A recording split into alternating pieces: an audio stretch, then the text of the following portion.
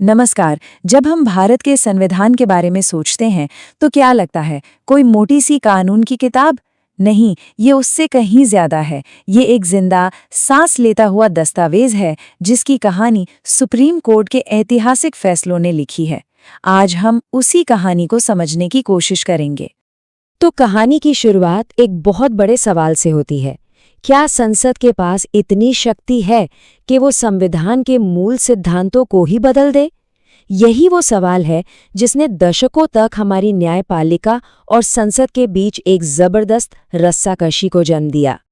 देखिए, 1950 से ही हमारे लोकतंत्र की कहानी इसी एक टकराव के इर्द गिर्द घूमती है। एक तरफ संसद की शक्ति और दूसरी तरफ हम नागरिकों के अधिकार। इस पूरी कहानी को हम 4 हिस्सों में देखेंगे। पहले हिस्से में संविधान की आत्मा के लिए हुई लड़ाई को समझेंगे, फिर देखेंगे कि हमारे लोकतंत्र की रक्षा कैसे हुई, कैसे आज़ादी के मायने बदलते गए और आखिर में सामाजिक न्याय की लड़ाई कैसे आगे बढ़ी।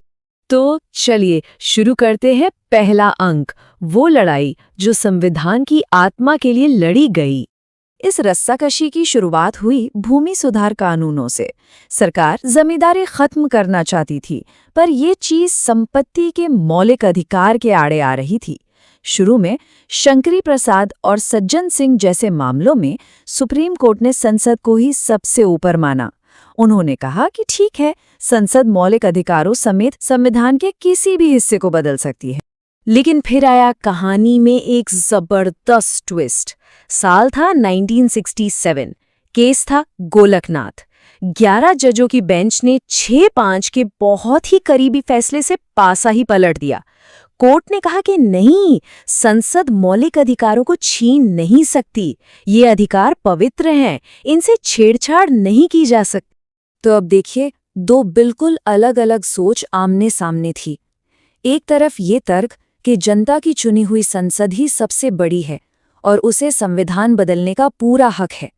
दूसरी तरफ ये दलील कि नागरिकों के मौलिक अधिकार सबसे ऊपर हैं, जिन्हें कोई हाथ नहीं लगा सकता। देश एक संवैधानिक चौराहे पर खड़ा था और इस टकराव का हल निकलना बहुत जरूरी था।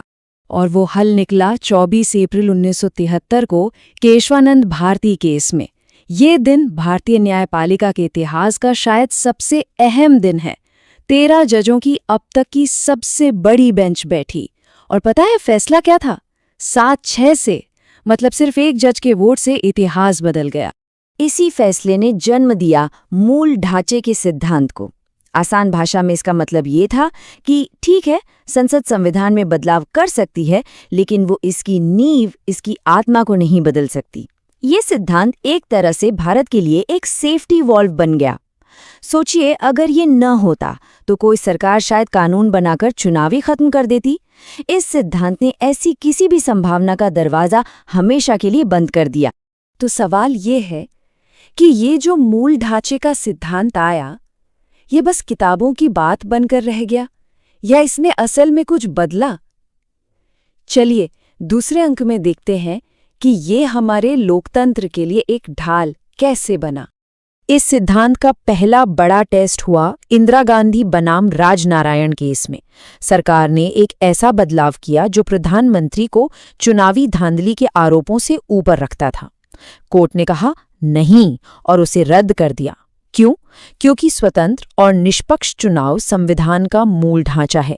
इसी तरह एसआर बॉम्बई केस में कोर्ट ने राज्य सरकारों को मनमाने ढंग से बर्खास्त करने की केंद्र की शक्ति पर लगाम लगाई।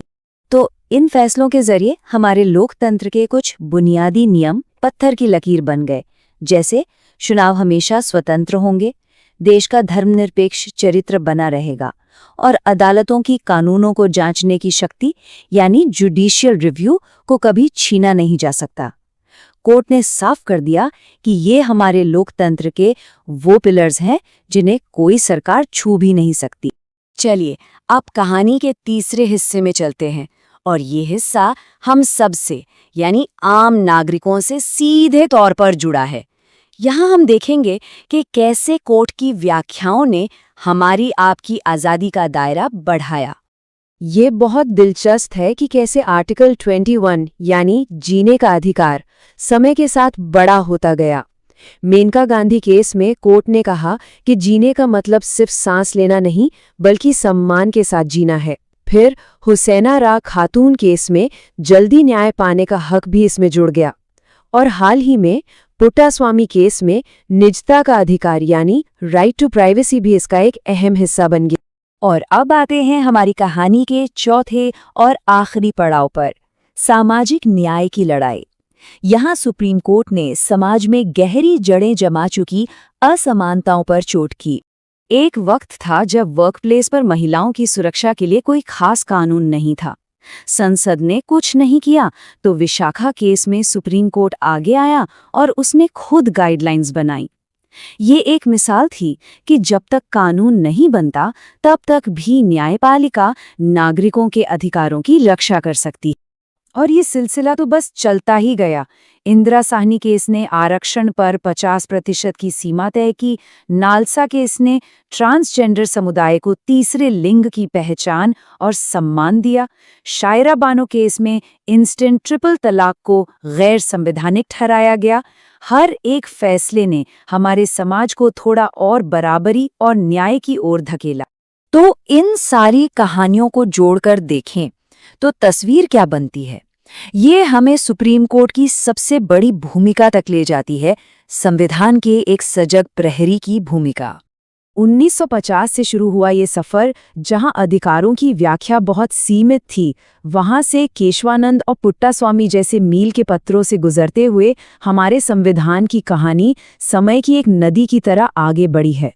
और इस नदी को सही दिशा देने का काम सुप्रीम कोर्ट ने किया है। ये जो लाइन है ये इस पूरी कहानी का निचोड़ है।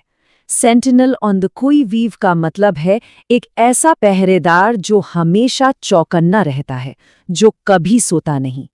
हमारी न्यायपालिका ने हमारे अधिकारों की रक्षा के लिए ठीक यही भूमिका निभाई है। तो आखिर में सवाल ये है कि हमें इन सब कानूनी बातों से क्या लेना देना? लेना देना है, क्योंकि संविधान सिर्फ वकीलों के लिए नहीं है, ये हम सब की, हर भारतीय नागरिक की ढाल है। ये वो कवच है जो हमारे अधिकारों को बचाता है। भारत तो लगातार बदल रहा है, नई नई चुनौतियां सामने आ रही हैं। ऐसे में ये सोचने वाली बात है कि हमारे इस जिंदा संविधान की कहानी का अगला चैप्टर क्या होगा।